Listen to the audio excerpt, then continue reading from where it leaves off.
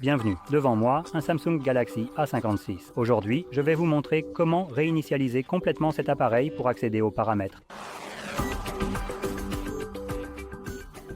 Pour commencer, ouvrez vos paramètres, puis depuis la page principale des paramètres, faites défiler jusqu'à Gestion globale, sélectionnez Réinitialiser, faites défiler vers le bas. La dernière option ici sera Réinitialisation des données d'usine.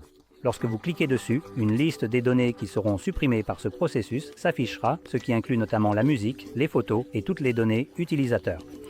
Vous pouvez sauvegarder ces données. Évidemment, je recommande de sauvegarder tout ce que vous souhaitez conserver, sinon tout sera complètement supprimé et vous ne pourrez pas récupérer ces données effacées.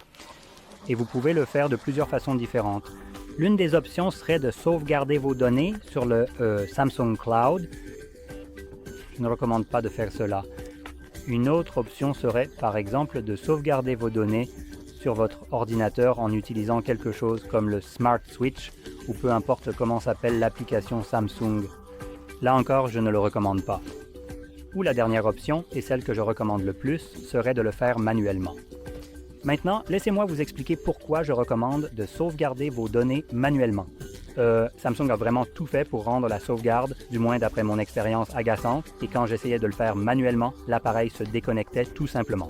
Allez vous faire voir, Samsung, je vais persévérer malgré ça, parce que je ne veux pas être coincé avec mes données stockées sur le Samsung Cloud et inaccessibles pour moi si je n'achète pas un autre appareil Samsung pour les récupérer.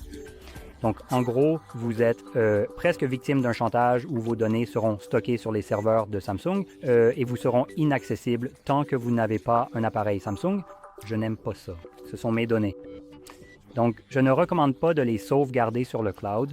Encore une fois, faire une sauvegarde avec le programme Samsung que vous pouvez installer sur votre ordinateur, c'est juste agaçant. Ça fonctionne parfaitement, je tiens à le préciser, mais si vous voulez accéder à ces données plus tard, j'ai sauvegardé mon dossier que j'utilisais avant et il s'est cassé et quand j'ai essayé de restaurer ces données sur un autre appareil, je n'ai pas pu parce que tout était simplement réservé à Samsung uniquement. La sauvegarde a été faite avec le programme Samsung et n'était accessible qu'aux appareils Samsung, même si elle était stockée sur mon ordinateur, mes données personnelles. Donc même avec une sauvegarde de mes données, je n'ai pas pu y accéder. C'est pourquoi je recommande de le faire manuellement en glissant chaque fichier que vous souhaitez garder. Maintenant que ce coup de gueule est passé, on peut faire défiler vers le bas et cliquer sur Réinitialiser. Si vous avez un verrouillage d'écran, il suffit de le confirmer. Supprimez tout. Avant que vous ne voyiez... En fait, avant de pouvoir faire ça, il faudra vous déconnecter de votre compte Samsung. Donc faisons-le rapidement.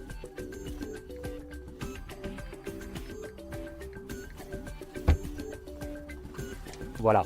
Donc, une fois que vous vous êtes déconnecté, l'appareil va automatiquement commencer à s'éteindre, à lancer la réinitialisation et, une fois terminé, vous verrez l'écran de configuration d'Android. Je reviendrai quand cet écran sera visible pour moi.